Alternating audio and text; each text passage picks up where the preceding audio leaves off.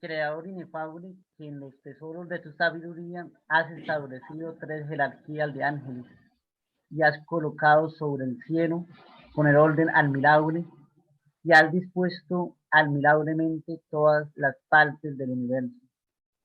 Tú que eres considerado verdadera fuente de luz y principio eminente de sabiduría, dígnate infundir un rayo de claridad en las tinieblas de mi inteligencia, alejando de mí las dos clases de tinieblas con las que he nacido, el pecado y la ignorancia. Tú que sueltes la lengua de los niños, prepara mi lengua e infunde la gracia de tu bendición en mis labios.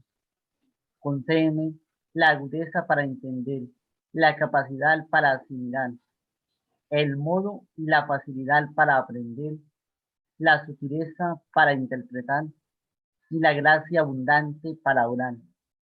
Dame acierto al comenzar, dirige el desarrollo, completa la conclusión. Tú que eres verdadero Dios y verdadero hombre, que vives y reinas por los siglos de los siglos. Amén. Amén. Amén. Bueno, estamos en Génesis 7. El diluvio se titula. Dijo luego Jehová a Noé: entra tú y toda tu casa en el arca, porque a ti he visto justo delante de mí en esta generación. De todo animal limpio tomarás 7 parejas, macho y su hembra, mas de los animales que no son limpios, una pareja, el macho y su hembra. También de las aves de los cielos 7 parejas, macho y hembra, para conservar viva la especie sobre la faz de la tierra. Porque pasados aún 7 días, yo haré llover sobre la tierra 40 días y 40 noches, y raeré de sobre la faz de la tierra a todo ser viviente que hice. E hizo Noé conforme a todo lo que le mandó Jehová.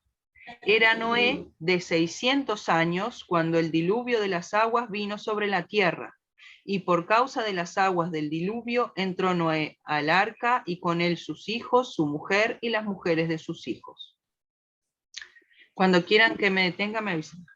De los animales limpios y de los animales que no eran limpios y de las aves y de todo lo que se arrastra sobre la tierra, de 2 en 2 entraron con Noé en el arca, macho y hembra, como mandó Dios a Noé. Y sucedió que al 7º día las aguas del diluvio vinieron sobre la tierra.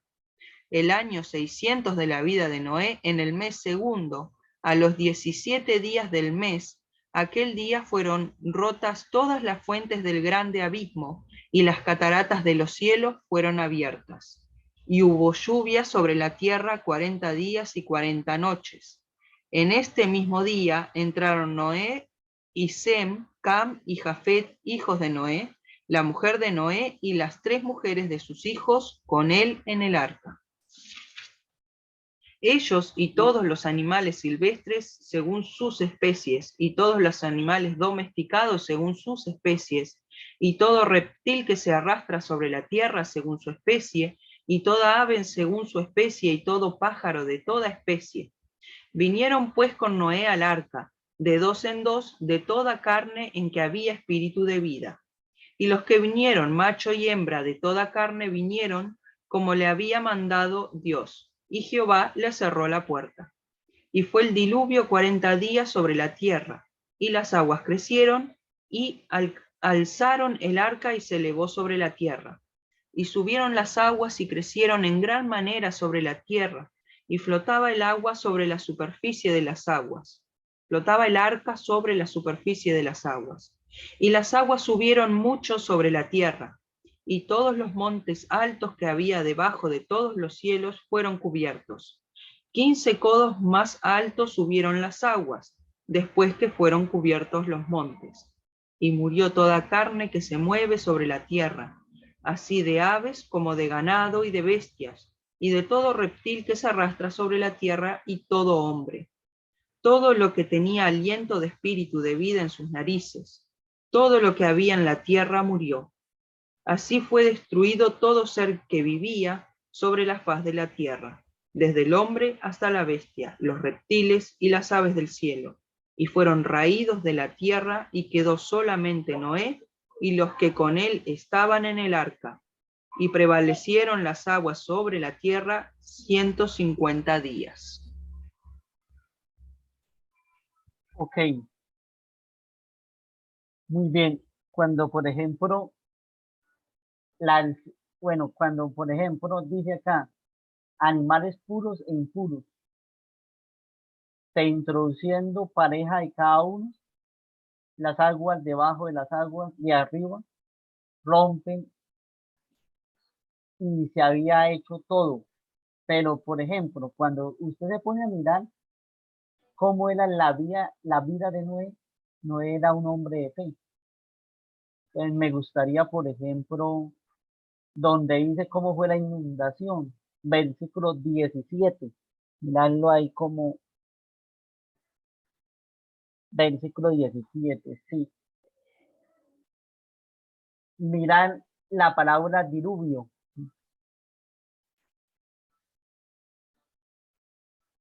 a ver qué significa. Bueno, el sentido de fluir, bueno, llevar, traer, muy bien. ¿Qué significa la expresión 40 según el interlineal? 40 días. Más o menos ya sabemos que 40 significa acercándose a lo que más adelante la iglesia llama cuaresma. Tiempo de preparación, paso. 14, 40, 4, 4, 402. 14º día. Ok, entonces ahí hay la enumeración. Sabemos que 4 son precisamente lo que son los elementos de la naturaleza. Y también da la casualidad que 40 fueron los días que Jesús ayunó. En la Biblia cuando dice 40 significa tiempo de preparación para algo. Y acá se estaba preparando, crecieron las aguas, es decir, se estaba preparando el crecimiento del agua. En el pasado encuentro, yo decía que para mí fue un diluvio en un sitio particular, porque los habitantes no habían crecido tanto como hoy en día. Entonces, el diluvio fue creciendo en una parte así. Además, nuestra compañera decía, además para que el agua empiece a inundar casas y todo lo que existe, pues es muy rápido. Se inundaba muy rápido, pero a pesar de que estaban dentro de un arca Noé, también vemos que es un milagro, porque cuando hay una inundación, no deja nada. Es decir, Dios los estaba protegiendo. Que si nos ponemos a pensar, aunque estuviera navegando, a veces les lleva hasta los barcos cuando hay bastantes tormentas. Y fuera de todo, baja y baje agua. Por eso cuando llueve mucho, mm, sí pueden pasar barcos, pero toca esperar un poquito. De todas maneras, Dios los estaba cuidando. Como para decir, bueno, fue que se fueron ahí. No, Dios los estaba cuidando. Hay otra en el versículo 19, me gustaría saber qué significa tierra, aunque a veces el interlineal tampoco a veces ayuda y a veces no, o a veces nos confunde. Versículo 19, ¿qué significa tierra? Para mirar el interlineal.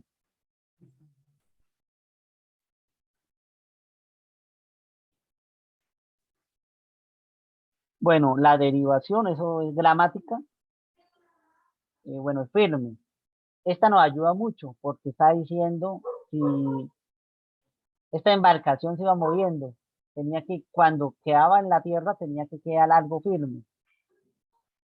Completa, campo, comarca, costa, laela, mundo, nación, país, polvo, provincia, región, suelo, terreno, territorio y tierra. Y aquí suena más Sí, como, yo la entiendo más a esta expresión, que de lo poco que sé, como tierra o país. Así como nosotros usamos tierra, que cuál es tu tierra y que este es el sí, planeta Tierra, lo mismo.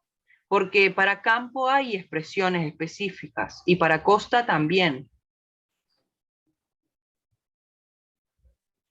Por ejemplo, en esa parte Exactamente. que comentaba Diego anterior a eso sobre el por qué el 40, bueno, dependiendo, ¿verdad? Muchos estudiosos y que analizan la Biblia menciona que el número 4 hace mención como a plenitud, ¿no? Algo que por ejemplo, también se usa, cuando dice, creo que en el libro de Apocalipsis, donde menciona que cuando venga el tiempo del juicio, soplarán los 4 vientos de la tierra y también menciona y que desde los 4 puntos cardinales de la tierra se barrerá con todo. Hay que recordar el contexto, ¿no? Que en el que se dio el diluvio, ¿no? Que era para limpiar a la tierra habitada en ese tiempo, ¿no? La tierra que era habitada, contaminación que había ocurrido, ¿verdad? Hay quienes toman la narración de Génesis 6 de que los hijos de Dios que se habla ahí no eran ángeles, ¿no? Sino que realmente hablaban de otros tipos de hijos de Dios. Yo de manera honesta, yo considero que sí hace mención a ángeles, ¿verdad? Que se refiere a ángeles que bajaron y que contaminaron al hombre en la parte de mezclarse con el hombre, pues. En el libro Entonces, de Enoch creo que aparece eso textual, de que eran ángeles de Dios, ángeles. En cambio, sí, en la exacto. Biblia solo dice que eran los hijos de Dios. Y viste que Adán era hijo de Dios. Y por eso queda la duda. Si vos no tomás el libro... Pero fíjate que ahí, por ejemplo, en el libro de Primera de Pedro, lo vamos a buscar rapidito, nada más para referencia. Primera de Pedro 3, capítulo 3, 19 y 20. Primera de Pedro 3, 19 y 20 dice, en el Espíritu fue también a predicar a los espíritus encarcelados en otro tiempo incrédulos, cuando les esperaba la paciencia de Dios en los días en que Noé construía el arca, en la que unos pocos, es decir, 8 personas fueron salvados a través del agua, ¿no? Ahí se menciona de espíritus que fueron encarcelados. Y en el libro de Judas 6, Judas 6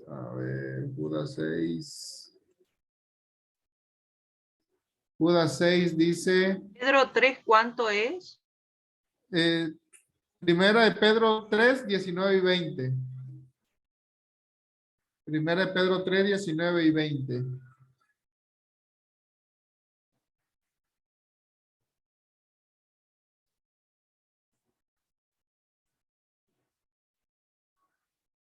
¿Cómo lo lee tu Biblia, Nasira, para tener comparativo? Ah, bueno, ¿qué dice? Sí, sí, ahí lo tienes.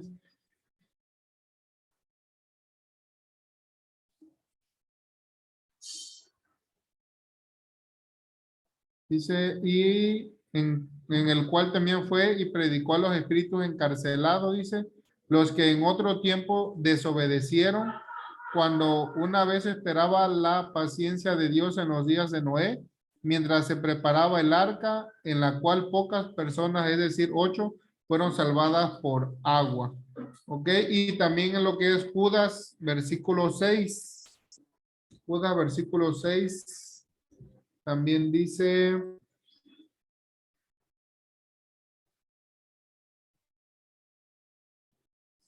Judas 6.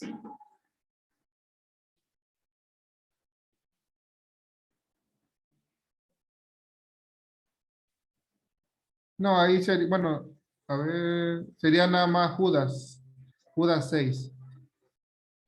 Sí, pero no lo encuentro. Si este buscador me busca en inglés, ¿cómo se dice? Ah, Judas? No sé por qué, acá tenés que poner tipo en inglés el nombre de... Pero está, léelo vos nomás. sí, sí. Dice Judas 6 en lo que es la Biblia de Jerusalén. Dice, Judas 6 dice, y además que a los ángeles que no mantuvieron su dignidad, sino que abandonaron su propia morada, los tiene guardados con ligaduras eternas bajo tinieblas para el juicio del gran día.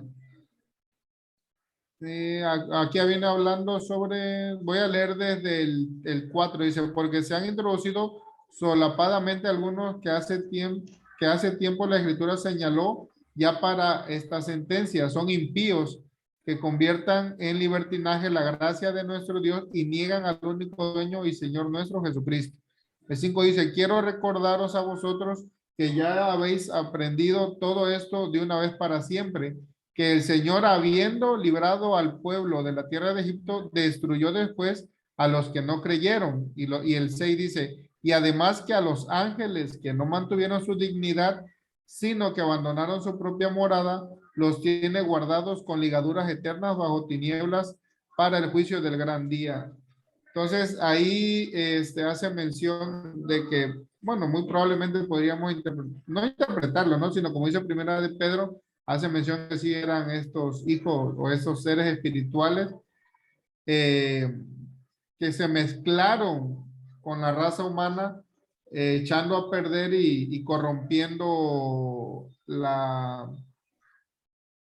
digamos que el ADN, ¿no? O la pureza del hombre con la que Dios lo había hecho hombre de carne y hueso. Entonces, lo que menciona Diego en esa parte del 4, que los 40 días y 40 noches, dependiendo a los símbolos o la simbología de los números en la Biblia, menciona que se puede deber a esta plenitud con la que Dios limpió la tierra de esta descendencia de estos ángeles que la corrompieron, ¿no? Que de donde nacen estos Nephilim, y que empiezan a destruir y a corromper a toda la tierra, ¿no? Y a desvirtuar al hombre. Entonces, adelante, adelante. El 40 es también 40 años en el desierto, el pueblo de Israel. 40 días, 40 días también ayunó Moisés mientras recibía las escrituras. Si no me equivoco, yo sé que hay otro más que también ayunó 40 días. Creo que fue Moisés. Jesucristo también. Jesucristo, él también, pero antes de Jesucristo hay uno que ayuna 40 días. Si no me equivoco, fue Moisés en el tiempo que recibía las escrituras, que dice, y estuvo 40 días y 40 noches. Bueno, tengo que buscarlo. Esperen. Y ya se menciona esa parte del número 4. Yo encontré por acá. De limpieza, ¿no? Yo encontré por acá, por ejemplo, Gorián desafió a los israelitas por espacio de 40 días hasta que fue vencido por David. David reinó 40 años, el mismo tiempo que su antecesor Saúl y que su hijo Salomón. Todos reinaron 40 años. El profeta Elías pasó 40 días en ayunas en el desierto hasta encontrarse con Dios en el monte Horeb. Jonás anunció que Nínive sería destruida a los 40 días. Jesús fue presentado en el templo a los 40 días de su nacimiento, tal como lo mandaba la ley. Bueno, 40 días que pasó Jesús en el desierto, ya lo dijeron. Ahora, el tiempo en que se apareció a sus discípulos fue precisamente 40 días antes de la transfiguración. Eso nos dice Hechos capítulo 1, verso 3. Al resucitar, resucitado se apareció durante 40 días. Exactamente. El sentido número 40 habla de la base Antiguo y Nuevo Testamento. No se trata de un simbolismo secundario, sino constitutivo. Afirmaba un sacerdote Larrañaga. También, en sentido bíblico, es también el tiempo de la conversión. 40 días del diluvio. Además, también significa la prueba al pueblo de Dios y el tiempo a nuestra vida para seguir las pruebas y las dificultades. Ahora, cuaresma, del latín cuadregésima, que significa 40 días, un número que no fue escogido al azar para hacer el periodo de la reprensión que se abre el miércoles de ceniza y que se prolonga hasta la Semana Santa. Estoy leyendo ABC, es una página que es protestante. Y dice, al iniciar la vía pública, precisamente Jesús también también hace oración durante 40 días. El 40 días significa reflexión, significa oración. Y Y la significa también completud. preparación para algo. Y algo como completo, me parece, también no era. O el 7 es que significa lo completo. No sé. El 7 significa plenitud. El 7 significa plenitud. Pero en Dios, Porque, pero en Dios. plenitud, ¿por qué? Porque tiene el 3, bueno, para el cristianismo, ¿no? Tiene el 3 de la Santísima Trinidad y el 4, que es todos los elementos de la naturaleza. Eso significa la plenitud que está en Dios, pero no creemos en un Dios del panteísmo, sino un Dios que está por encima de todo lo que existe. Y las 4 letras del nombre de Dios. Exactamente, sí señora. Diego, Independientemente qué vocales le pongan. Sí.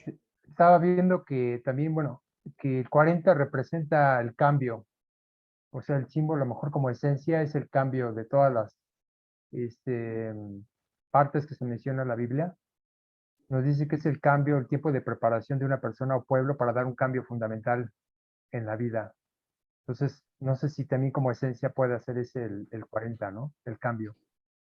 Sí, es que Claro, esa es la parte donde a veces estos historiadores, ¿no? Narran que dicen, es que la Biblia no se puede tomar de manera literal. Bueno, y yo estoy de acuerdo, pero entonces hay que estudiarla y analizarla, a qué se refieren esas expresiones, ¿no? Como 40 días y 40 noches, o sea, ¿por qué remarcar ese número, ¿no? O esas cantidades.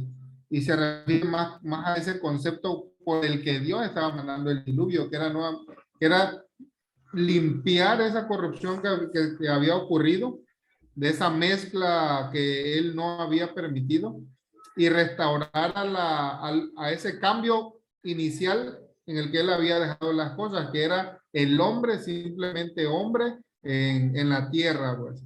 Y todas estas cosas que ocurrieron anterior a esta corrupción de estos ángeles mezclándose con el hombre, eso no era algo que él había autorizado, ¿no? Entonces, es esa parte que dijo Diego es muy importante tomar en cuenta esos pasajitos, ¿no? Que si uno lo lee de corrido y dice, ah, bueno, llovió 40 días y 40 noches, ¿no? Pero sí hay verdaderamente un simbolismo detrás de esas expresiones. Sí, estaba viendo aquí todas las referencias bíblicas en las que aparece el 40, en Génesis, en Deuteronomio, en Samuel, en Saúl, en Reyes. Hay bastantes representaciones. La otra que también me llama la atención es la parte de la numerología en la Biblia, ¿no? El significado de cada número. En este caso que estamos ahorita viendo es el 40, pero hay otros números, ¿no? Que también tienen un significado de trasfondo. Pero perdón, las ahí hay palabras también tienen números. cuidado. Ahí hay que tener cuidado con esos números porque ya nos metemos en otra cosa que viene a ser como la cábala. Esto lo escuché decir a un rabino. Hay números como el 40 o el 3 o el 7 que son que la Biblia los dice textuales y son cifras que se repiten y que esos sí son importantes. Pero luego cuando le adjudican a cada letra un número y a cada palabra una cifra, que eso ya se convierte en otra cosa que en realidad termina por, bueno, es una locura lo que se puede desprender de ahí, ¿no? Que ahora no recuerdo bien los ejemplos, pero daba el ejemplo de que ellos relacionan que un mismo valor de palabra de la suma de los números significa lo mismo que otra palabra diferente que sume el mismo valor.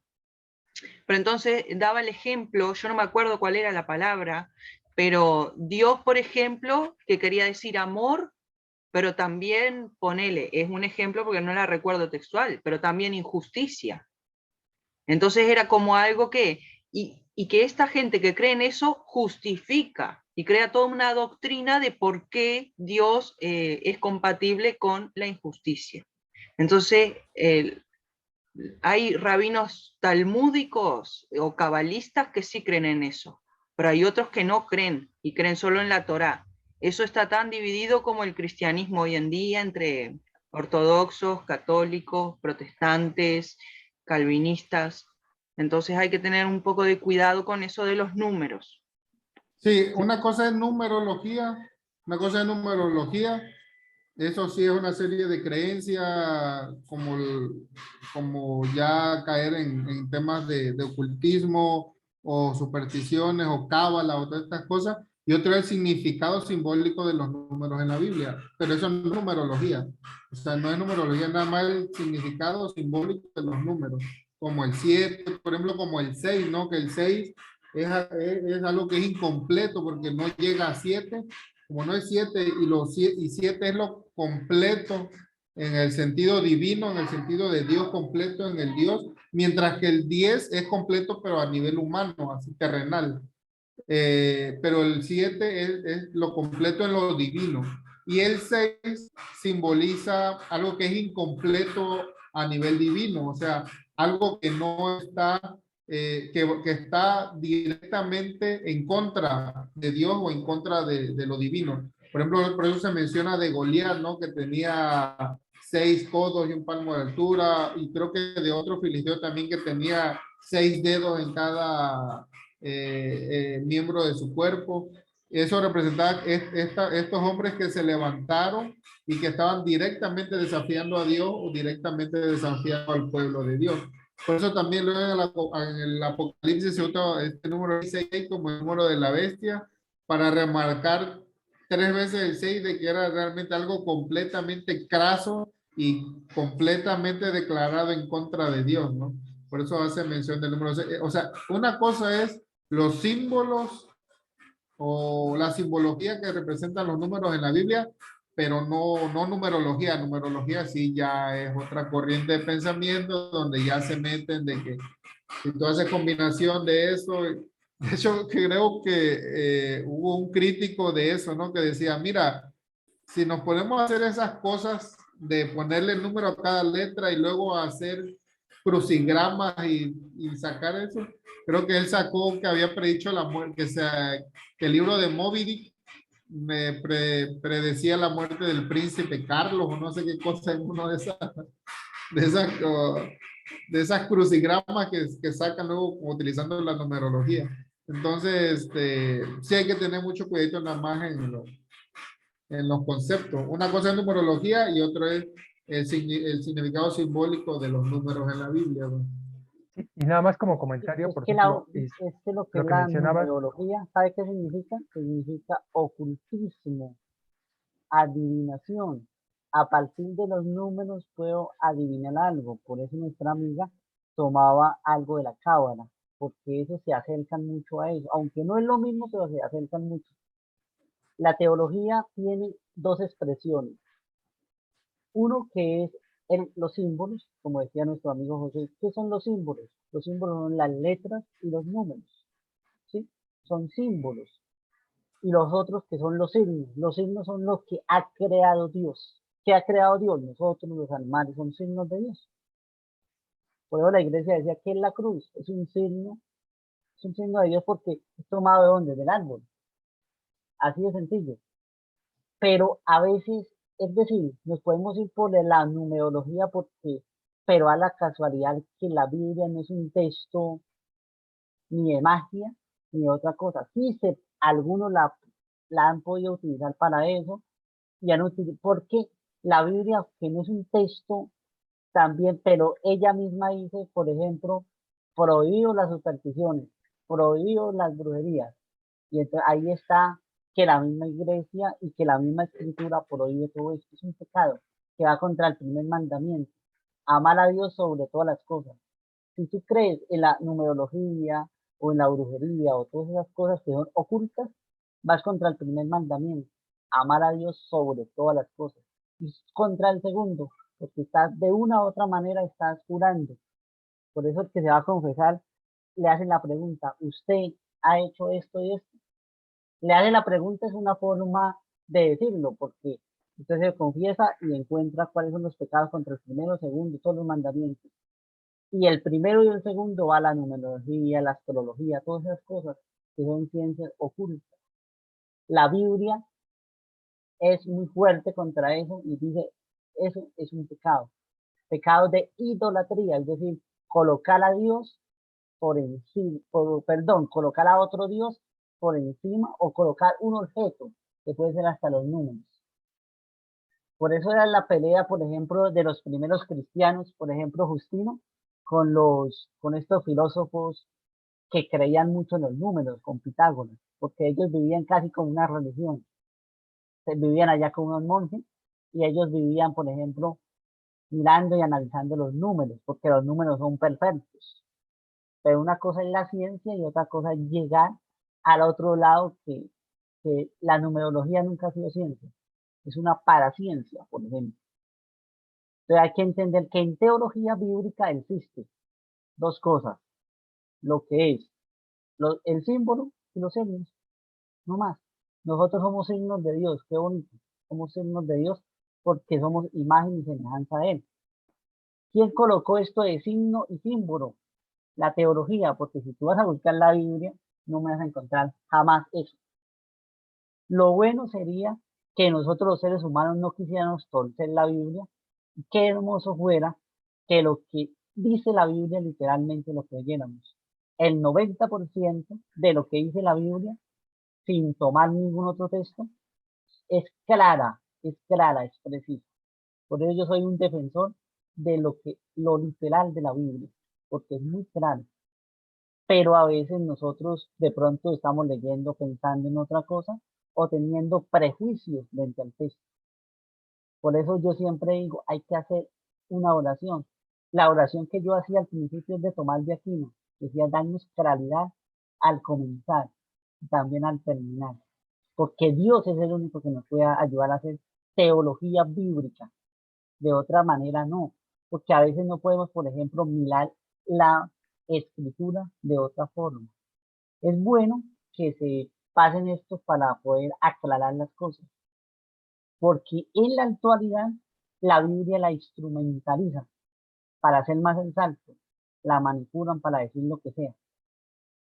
Y con la Biblia han hecho las mejores cosas, pero también ha hecho las peores. Pero de eso hay que ir al texto. Yo un día, cuando yo estaba refutando todo esto de la Biblia, yo les decía, la gente cuando critica la Biblia, lo que hace es no leer Biblia, es decir, leen otros libros. El texto es maravilloso y por eso hay que leerlo. Y por eso yo digo, vamos al interlineal, porque la memoria nos puede engañar, los sentidos nos pueden engañar, entonces toca ir al interlineal. Quisiera seguir haciendo el ejercicio del interlineal para ir, por ejemplo, a un Diego, nomás nombre, quiero hacer un comentario, Diego. claro, Sí, nada más, por ejemplo, en este caso, como analogía, entre astronomía y astrología, sí hay una gran diferencia, ¿no? La astronomía, digamos que es más científica y todo es cuantificable, y la astronomía no, la astrología, ¿no? La astrología le adjudican otro tipo de creencias basándose en la astronomía. Aquí en este caso la numerología, más que nada yo me refería a los números que están presentes en la Biblia, como ya mencionaron, el 40, el 7, el 6, y en el análisis de versículos, ¿no? En los que están, ahorita les mencioné alguno de ellos. Entonces, más que nada, a eso es a lo que me refiero, ¿no? Hacer el estudio de los números, como logía, como el razonamiento de los números, desde el punto de vista bíblico, no atribuyéndole otras cualidades, ¿no? A los números, nada más, ese sería el comentario. Sí, eso yo quiero decir que sí que estoy de acuerdo, que uno tiene que prestar atención. Siempre que algo en la Biblia se repite, es como un llamado de atención de Dios que es para que vos mires bien 2 veces, 3 veces. Acá está pasando algo que es importante.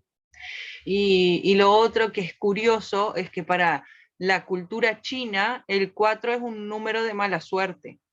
En cambio, acá vemos cómo es al contrario, ¿no? Porque después de estos 40 días es que la humanidad se salva, o después de los 40 años en el desierto. Y bueno, y en casi todas las ocasiones que aparece el 40 significan que hubo un cambio para bien.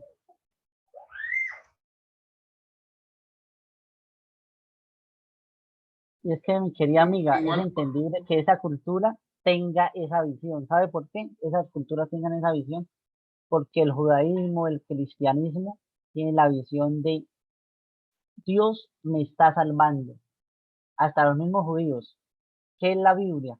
¿O qué es, por ejemplo, los libros de ellos? Es decir, la Torá o los profetas. La historia de Dios que salva al pueblo. Para el cristianismo, Dios me salva. ¿En la persona de quién? Jesús. Jesús significa Dios salva. Para otras culturas no es así.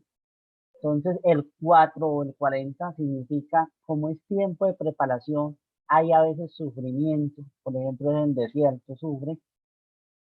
Y el budismo y el hinduismo a veces no quiere darle duro a veces al cuerpo, pero una meditación hacia adentro, no hacia Dios. Nosotros vamos a Dios de una manera ascendente o descendente. Si él es católico, de una manera ascendente. Si él es protestante, ascendente y descendente. Pero siempre hacia Dios. En cambio, estas religiones es hacia la persona humana, el individuo. Se centra en la persona, no más. Esa es la gran diferencia. Entonces, por ello, el 4 como él sufre, se siente mal y todas esas cosas, entonces van a decir que es un número maldito. Esa es la gran diferencia hasta de las mismas meditaciones.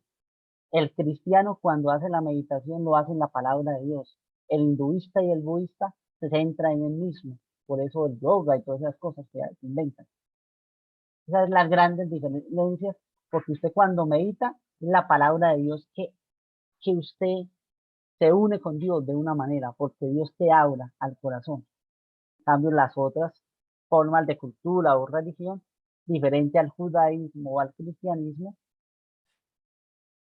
se basan en otras cosas, en la centralidad del ser humano.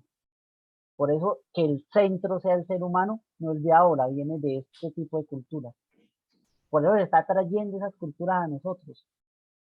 Y es interesante que se abre eso porque los judíos a ese tipo de cultura los llamaban paganos. Así los llamaban paganos. Y a esos dioses los llamaban falsos dioses, porque nosotros tenemos un solo Dios. Es más, los judíos no le decían el nombre, porque no podían pronunciar el nombre de Dios. Le ponían algo como un acercamiento a Dios. Es hermoso ver eso en la Biblia. A mí me causa mucha curiosidad cómo Dios escogió a un pueblo y como Jesucristo deseó volver nuevamente a los pactos, a los grandes acuerdos de Dios con el hombre y salvar la humanidad. La última alianza, el último pacto fue con Jesucristo, no va a haber más. Y es tan hermoso eso, y vuelvo a repetir, de pronto es cansón lo que digo, pero la Biblia, hasta cada versículo que habla de la persona de Jesús es cristológico. Por eso, en las referencias bíblicas, o en las referencias, no sé, otro tipo de Biblia, creo que la mayoría te manda nuevamente al Nuevo Testamento, porque el centro es Jesucristo. San Jerónimo, ¿qué decía? Un gran santo. Desconocer las escrituras es desconocer a Cristo. Así de sencillo. Si tú no conoces las escrituras, no estás conociendo al mismo Cristo. Es decir, Noé nos lleva a Cristo. Abraham por la fe nos lleva a Cristo.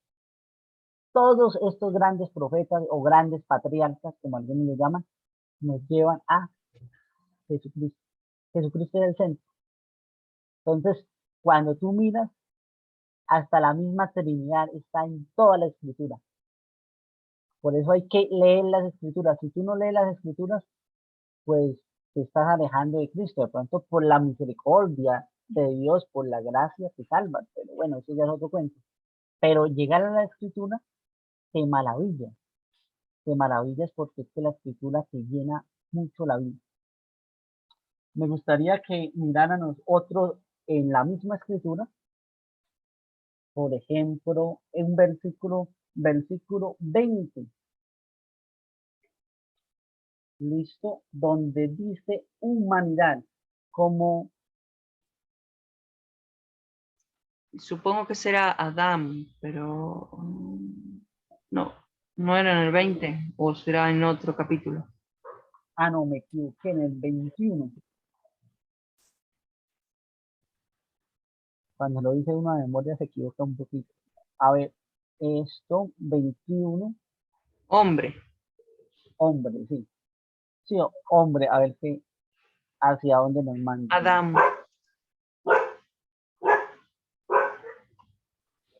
Gente, humano, sí. Entonces, cuando habla de hombre, nos va a hablar Adán, gente, lo humano, la persona y el varón. Que le gusta Sí, la porque recuerde filosofía. cuando en Génesis 2 me parece que es que vuelve a decir, hombre, mujer los creó y llamó sus nombres Adán. Es decir, como que el nombre de Adán y Eva dado por Dios era Adán. A los dos.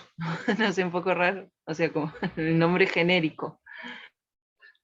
Da la persona, que es uno de los nombres filosóficos más fuertes que existe. Persona, lo humano y después la gente. Y después lo común que tienen todas las personas.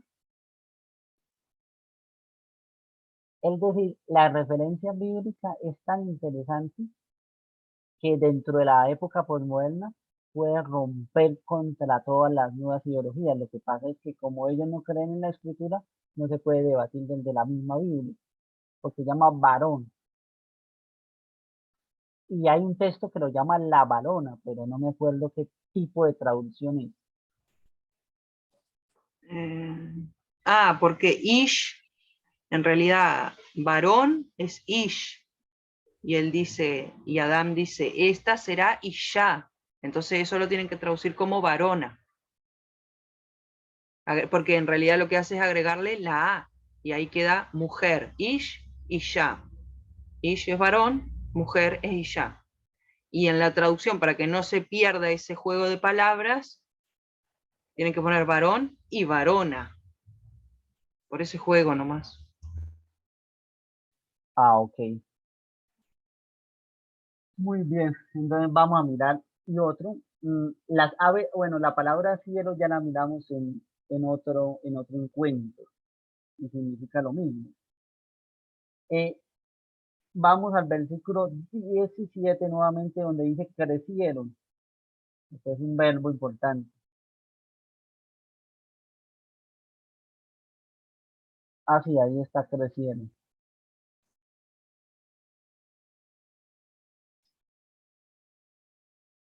Aumentar.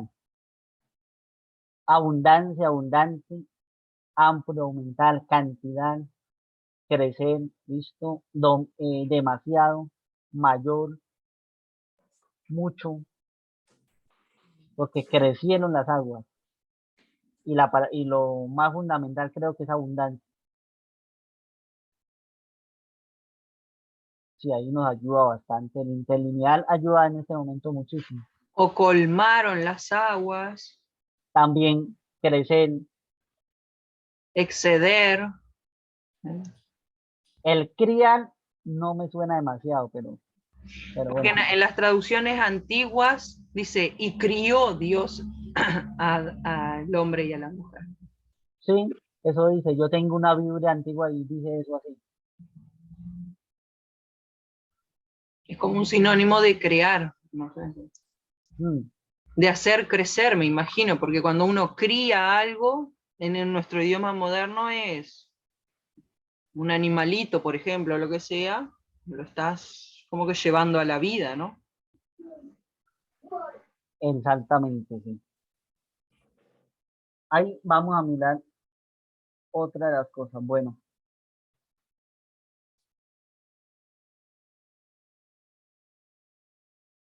la palabra arca, no me acuerdo si la hemos mirado ya o no. Eso está en el versículo 8.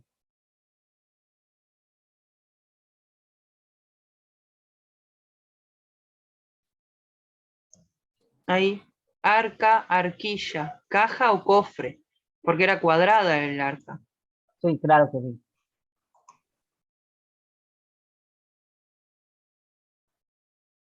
Sí, sí, según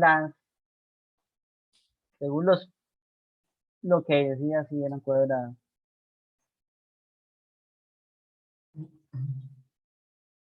Y en los verbos, vamos a mirar un verbo que me llamó mucho la atención, a ver si lo encontramos rápidamente.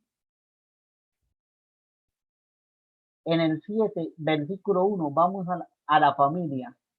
De la generación ya la dijimos en una, la palabra familia si no la hemos buscado.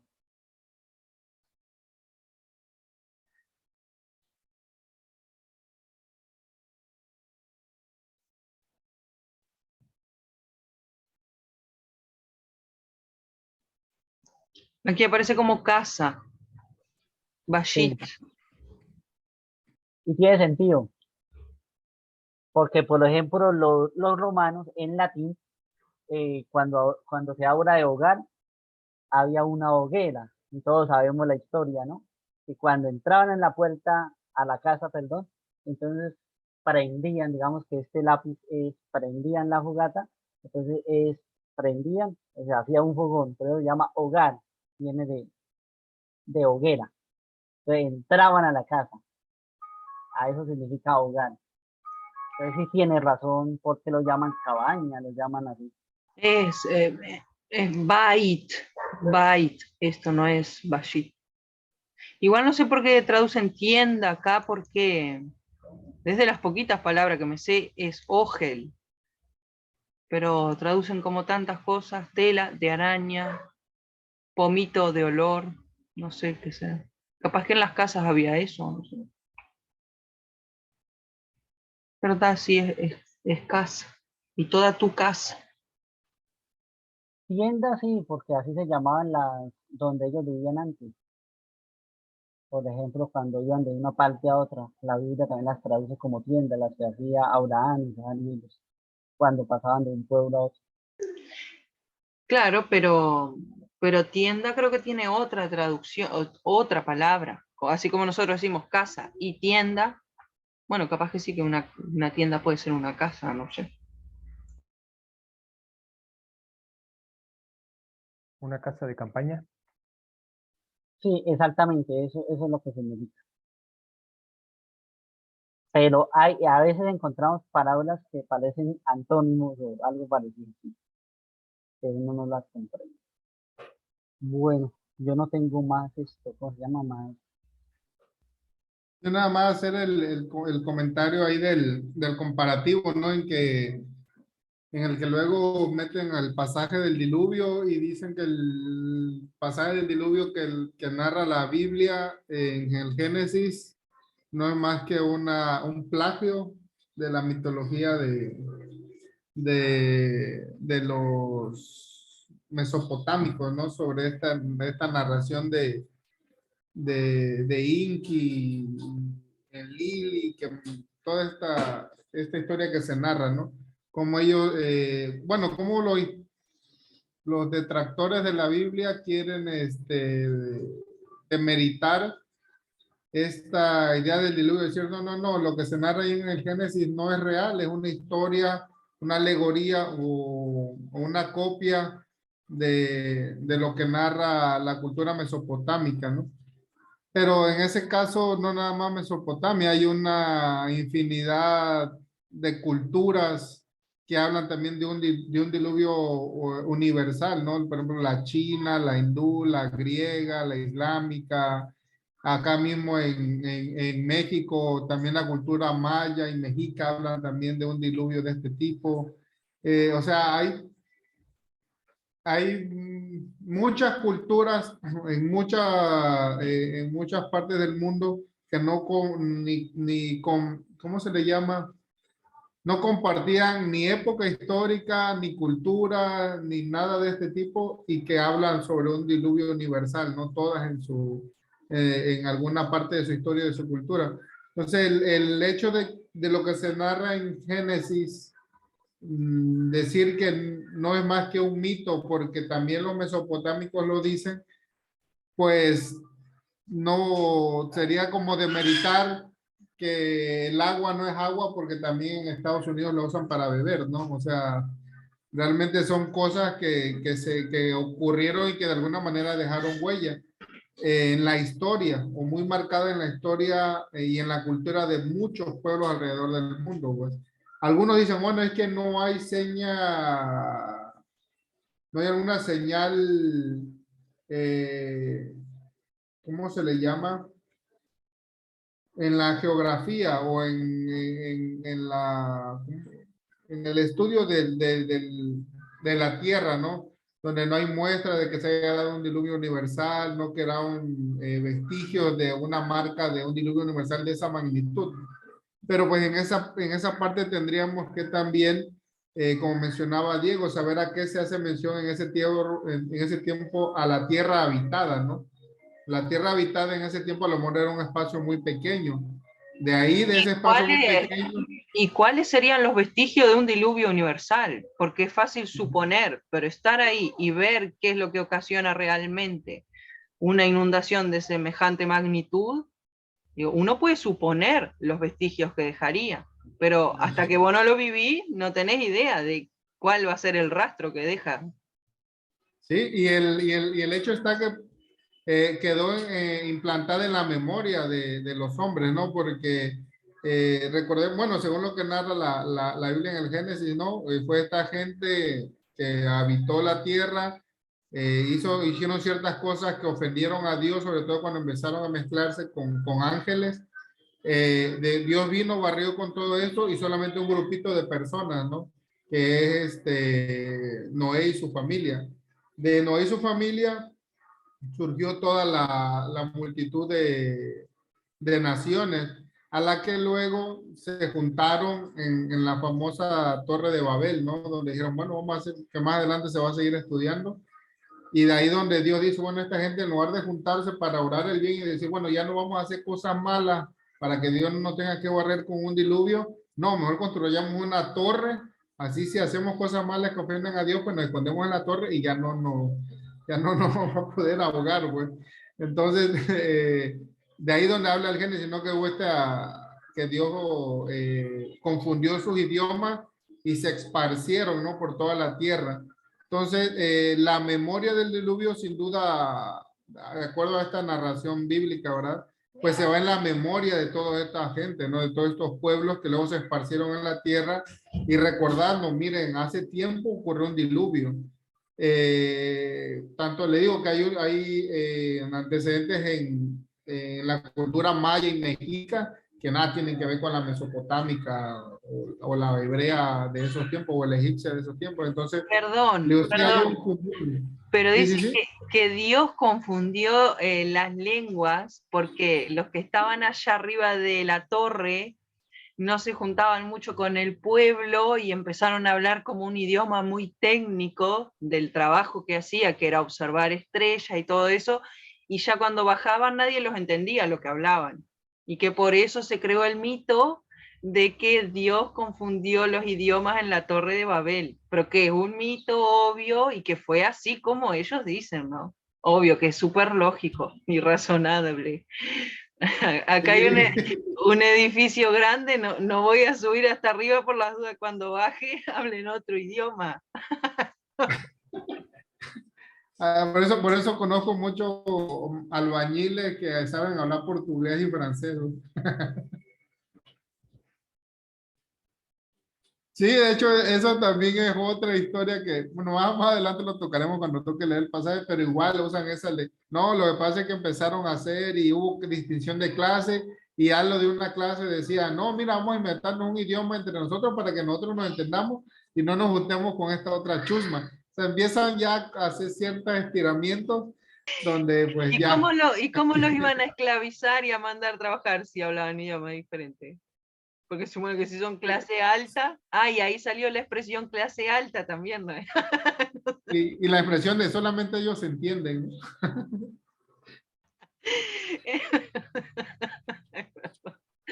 Es que la gente fuma y dice cualquier cosa.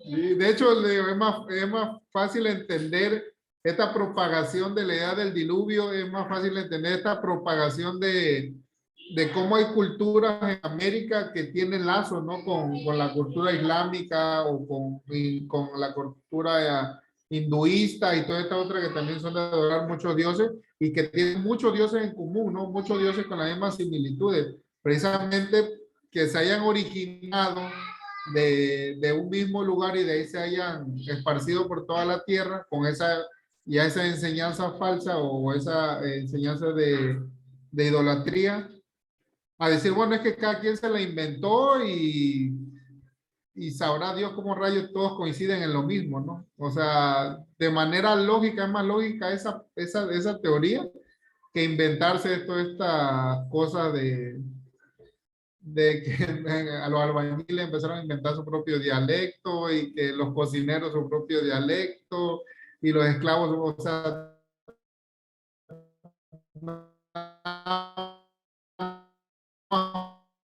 ¿por qué y ya vamos a juntarnos mejor, o sea, se tuerce mucho y de ahí ya sale esa noción, esa idea de que la división de idioma es un mito, que realmente ocurrió por estos motivos que ellos, pero lo que ellos dicen sí es cierto, ellos, a como ellos lo describen, esa sí es la verdad, no a como viene en la Biblia narrada, ¿no? Claro, obvio, porque ellos estudiaron, nosotros no.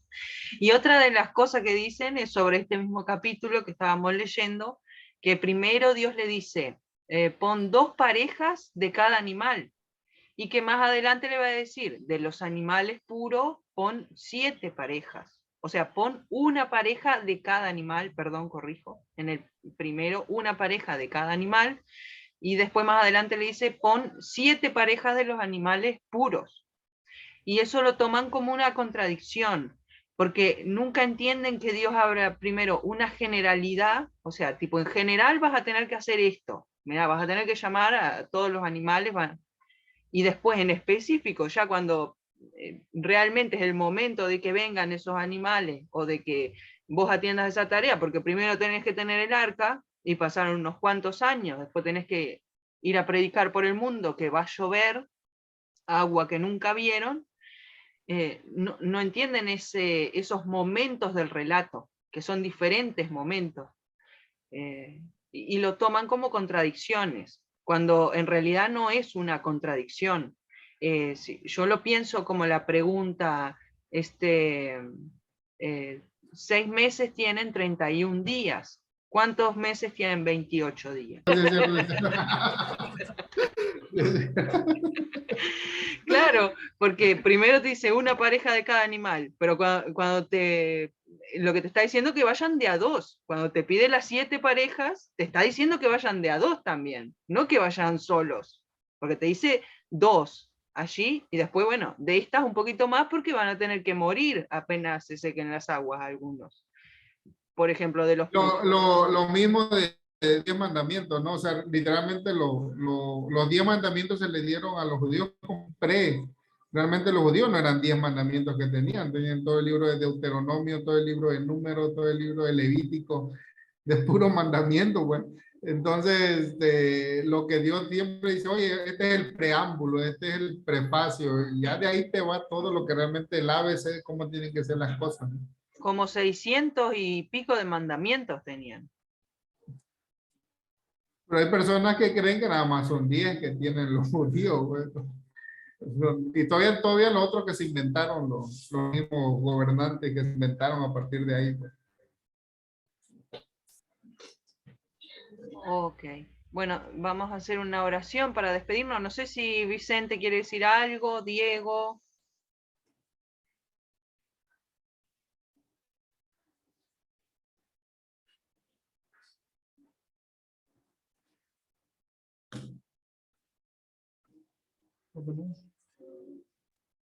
Ok, entonces vamos a hacer una oración. Entonces vamos a...